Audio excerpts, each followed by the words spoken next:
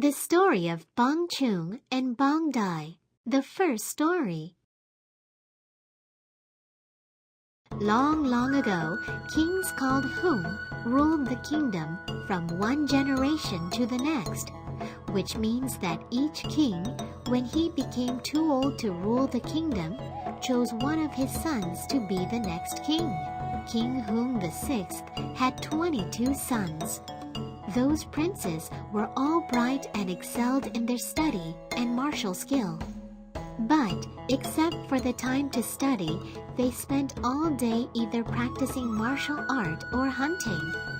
They were not at all interested in the hard work of farming that would make their hands and feet dirty. Only the 18th Prince Ryu loved farming. Prince Ryu went back to his home village with his wife and son, and worked on the fields and planted rice in the paddies along with the other villagers. Around that time, the old and weak king decided to choose the most virtuous and talented one among his sons and have him succeed to the crown. As the last day of the year was near, the king called all his princes to him and said, "Whoever among you princes finds the most delicious food and the most precious thing and offers them to heaven at the great New Year's festival, he shall be the next king." After hearing the king's will, the princes began traveling here and there to find precious things. Each prince wanted to show his father that he was virtuous and talented. One prince went far away, crossed a deep valley, and entered a thick wood to catch birds and hunt animals. Another prince went to the sea with a fisherman to catch fish and find pearls. Yet another prince tried to find precious things on a far-off deserted island, braving strong gales and great waves of the sea. Only Prince Ryu thought long and hard about a way to find delicious foods and precious things on the vast, rich fields of his home village. For my father, I'll make a special food using the fragrant and delicious rice I have grown with my own hands. Prince Ryu made up his mind. The prince worked very hard in the rice paddies covered with sweat.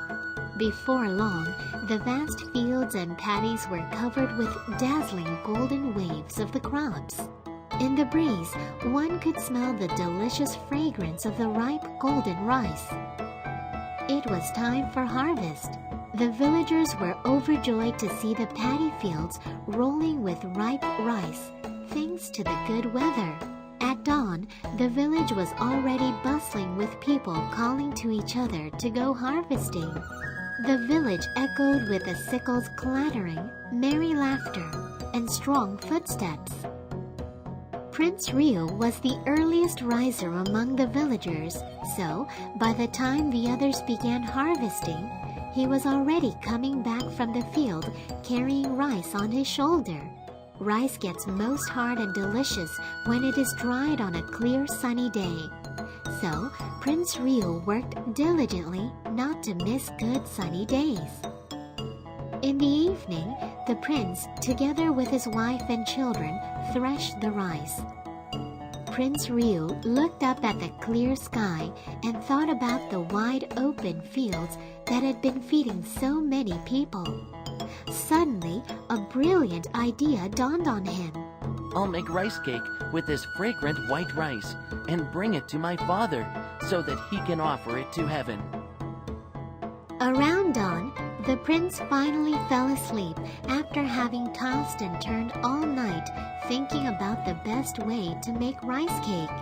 In his dream, the prince met a fairy who had come down from heaven.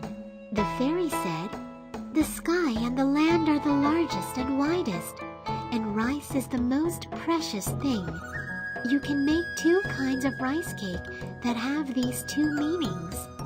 One must be square like the shape of the rich land. Its color must be green because there are trees, fields, mountains, and woods on the land. Land holds plants and animals in its arms, so you must put peas and meat in the cake. The other cake must be white and round like the sky. In the morning, the prince told his family about his dream. The whole family were so happy to hear it and discussed among them how to make the cakes.